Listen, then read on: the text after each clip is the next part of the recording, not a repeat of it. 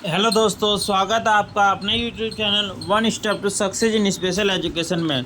आज हम अपना क्वेश्चन सेट शुरू करेंगे। RPWD एक्ट 2016 का पार्ट नंबर 8 शुरू करेंगे। तो इसी के साथ दोस्तों क्वेश्चन का अपना पहला क्वेश्चन शुरू करते हैं। Teachers menu modify the educational environment by. शिक्षक शैक्षिक वातावरण को के द्वारा संशोधित कर सकते हैं। किसके द्वारा? वेरिंग एक्टिविटीज़ के द्वारा।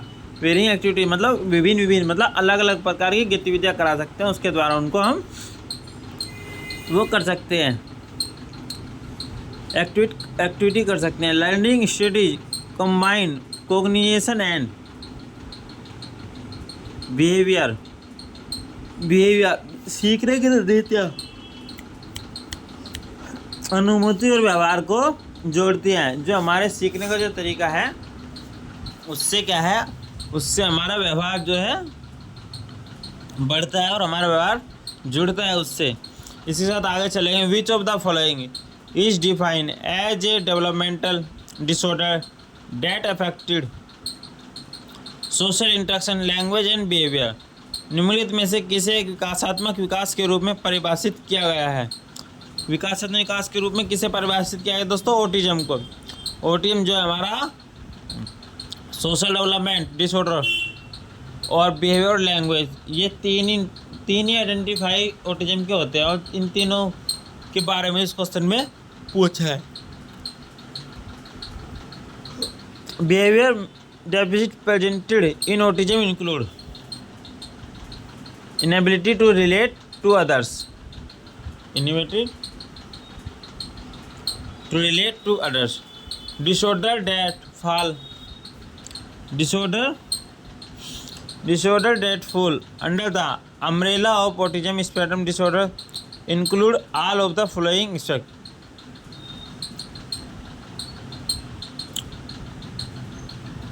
perceived developmental disorder, व्यापक विकासात्मक विकार। autism is caused by neurological disorder. Autism is identified in a individual by age. 3 years.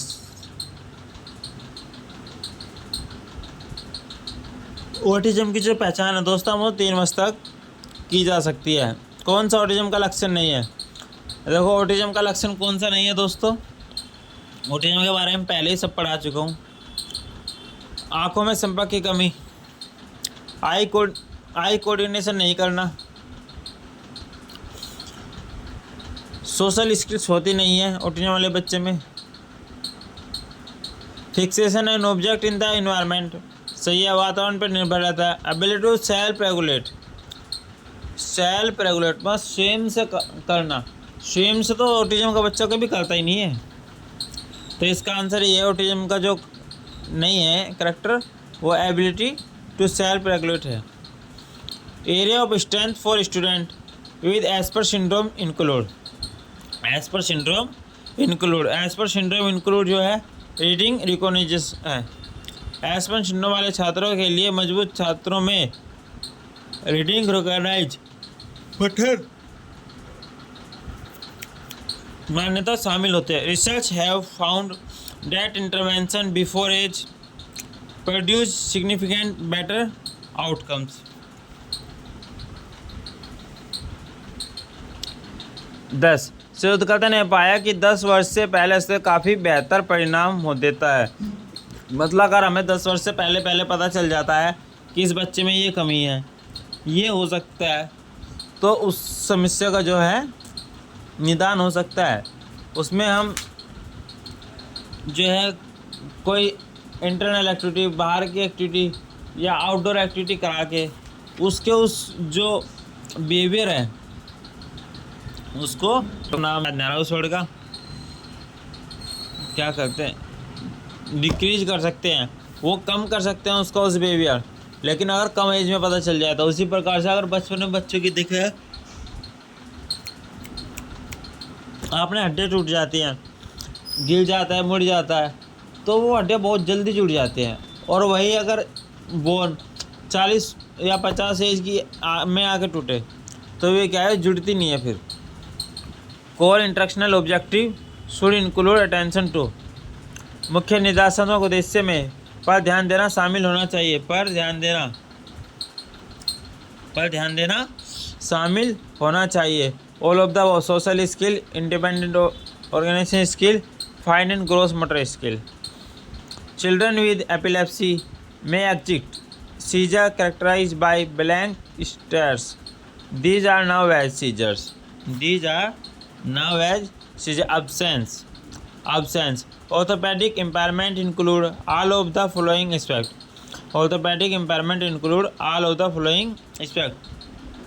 तो ट्रूमेटिक ब्रेन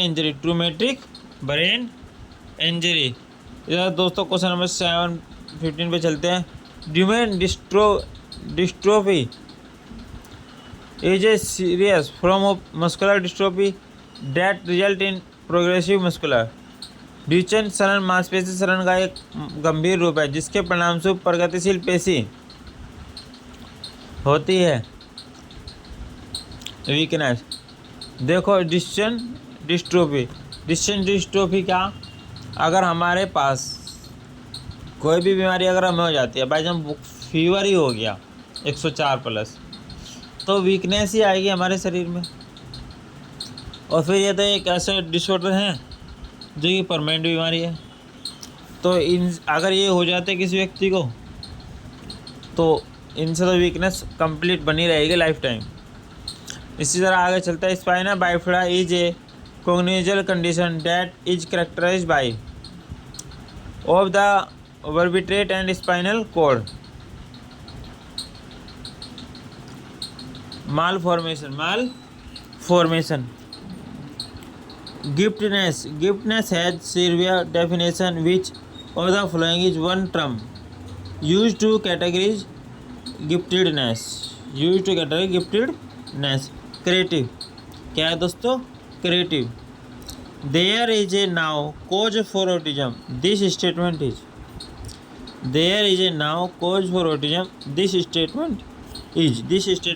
इनकरेक्ट। ये बिल्कुल गलत बात है।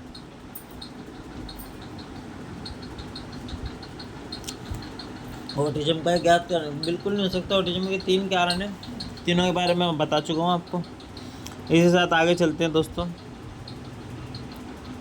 According to the CDC centre for disease control and prevention autism fact and estimated how many birth in 1 in 150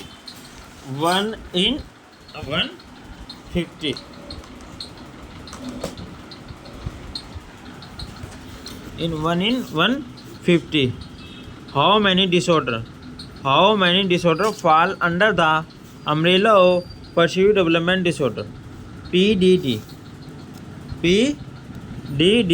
5 identify 3 of the 5 disorder that falls under the PDD umbrella.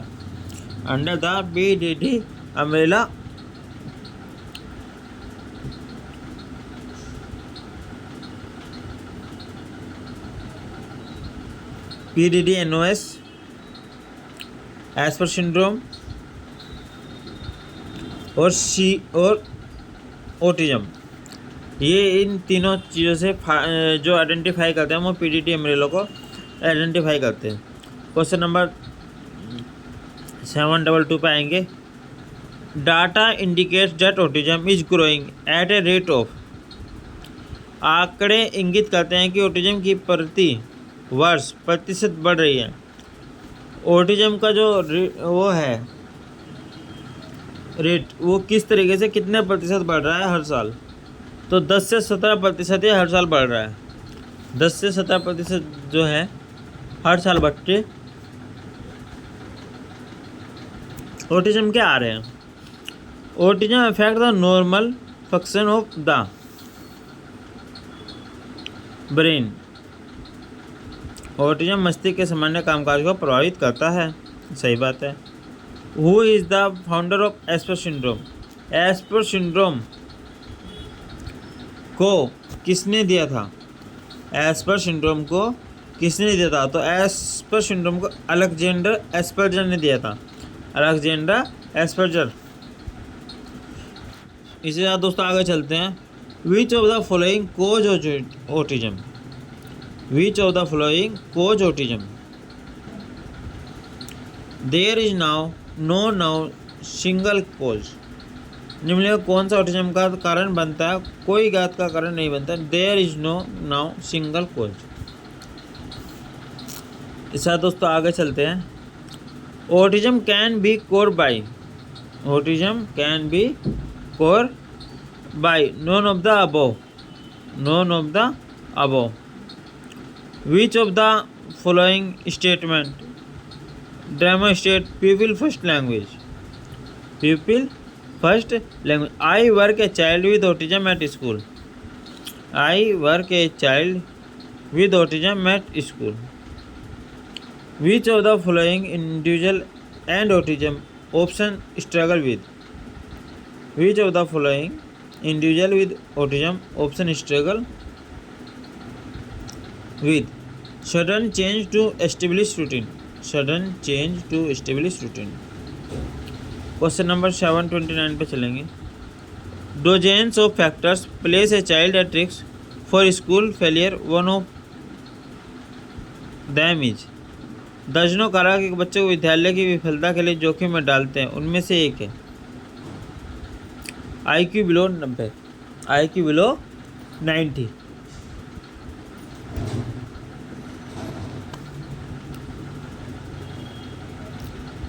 Comprehensive education program are designed to compensate or make up for exit or part risk factor and their effect of the student lives। प्रतिपूरक शिक्षा कार्यक्रम को मौजूदा या आंशिक जोखिम कारकों और छात्रों के जीवन पर उनके प्रभाव की भरपाई या क्षतिपूर्ति करते हैं।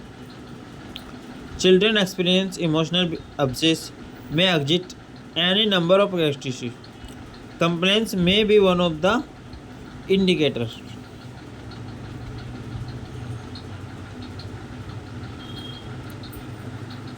साइकोमेट्रिक मनोदैहिक भावनात्मक शोषण का अनुभव करने वाले बच्चे कई लक्षण प्रदर्शित कर सकते हैं। मनोदैहिक शिकायत उन संकेतों में से एक हो सकती है। Outreach programmes, transition rooms, shelter school and after school program are models recommended for students who are involved in divorce, homeless बेघर पहुंच कार्यक्रम, परिवर्तन कक्ष, आश्रय विद्यालय और विद्यालय के बाद कार्यक्रम बेघर छात्रों के अनुशंसित प्रतिरूप हैं। According to some estimates, what percentage of cause of childhood speech delay occur because of motor speech problem? Motor speech problem 5%, 5%। According to the World Health Organization WHO, which of the following refers to the actual behavior or performance deficit? Or performance deficit, activity level, activity level। Question number 735 पे चलते हैं। Which sub group of disorder include acquire apraxia of speech, acquire apraxia of speech, planning और programming. The specific site of neurological damage that cause acquire apraxia of speech is located in which of the following, is located in which of the following frontal cortex surrounding Broca area, frontal cortex surrounding Broca area। Which type of dysthropia is most often observed in Parkinson disease person?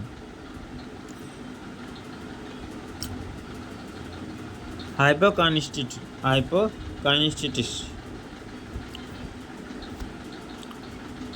Parkinson रोग वाले व्यक्ति में किस प्रकार का दोषिक बोल सबसे अधिक बार देखा गया है? निम्न गति। पर्सन विद पार्किंसन डिजीज आप suffer from a lack of dopamine, this statement is correct. यह बात बिल्कुल सही है। How many stage of Parkinson disease, Parkinson रोग के कितने चरण होते हैं? 5 चरण होते हैं। Parkinson disease appears to be slight more common in which categories? Man. पुरुष। पार्किंसन रोग किस वर्ग में थोड़ा अधिक सामान्य प्रतीत होता है? पुरुष में। Resting trimmer is a symptoms of Parkinson disease. Yes, शांत कंपन पार्किंसन रोग का एक उदाहरण है। कपकपी से चलती रहती है पार्किंसन डिजीज में, ये इसका मेन कारण है। इससे बहुत सारी समस्याएं होती है और बहुत सारी समस्याएं हम लोगों के सामने इससे आती हैं। पार्किंसन डिजीज से व्यक्ति किसी भी काम को करने योग्य नहीं रहता। Parkinson disease is a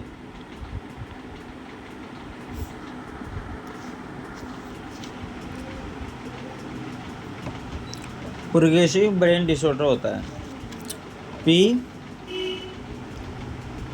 PBD, progressive brain disorder. John Parkinson ने पार्किंसन रोग की खोज की, यह कथन बिल्कुल गलत है, क्योंकि जॉन पार्किंसन ने पार्किंसन डिजीज की खोज नहीं की थी। पार्किंसन डिजीज कोई डिसऑर्डर नहीं है, यह एक बीमारी है और इसकी खोज जो है डॉक्टरों के द्वारा की गई थी। एक साथ दोस्तों आगे चलते हैं। The average age of the onset of Parkinson disease is about.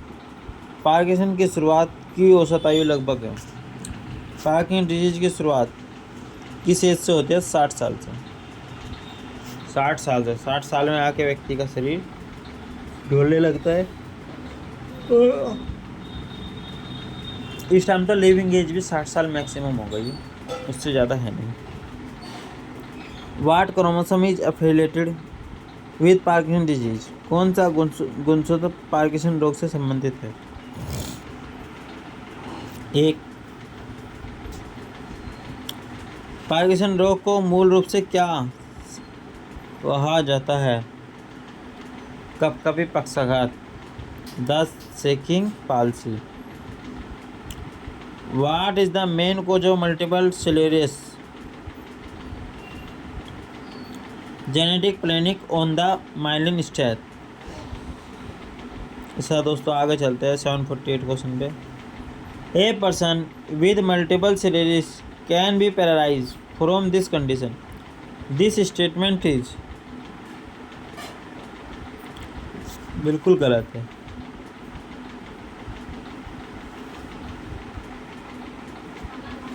Multiple sclerosis is a condition that challenge brain to receive signal from nervous। This statement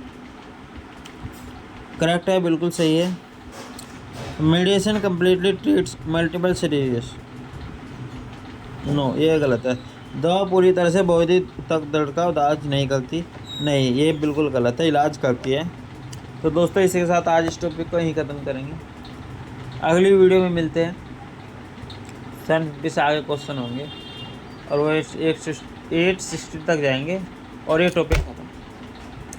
तो इसी के साथ दोस्तों प्लीज़ चैनल को लाइक करें, सब्सक्राइब करें, शेयर करें और मेरे चैनल को आगे ग्रोथ करने में सहायता करें। मैं इसी तरह आपके लिए वीडियो बनाता रहूँगा, आपका सहयोग करता रहूँगा। ठीक है दोस्तों, thank you so much watching this video. मिलते हैं अगली वीडियो में कल। उम्मीद है कि आप सब अपनी तैयारी कर रहे होंगे और जो लोग स्टेट एग्ज़ाम के लिए एलिजिबल थे उन्होंने अब तक एग्ज़ाम अपना फिल कर दिया होगा। तो दोस्तों thank you so much watching this video. Like share subscribe my channel.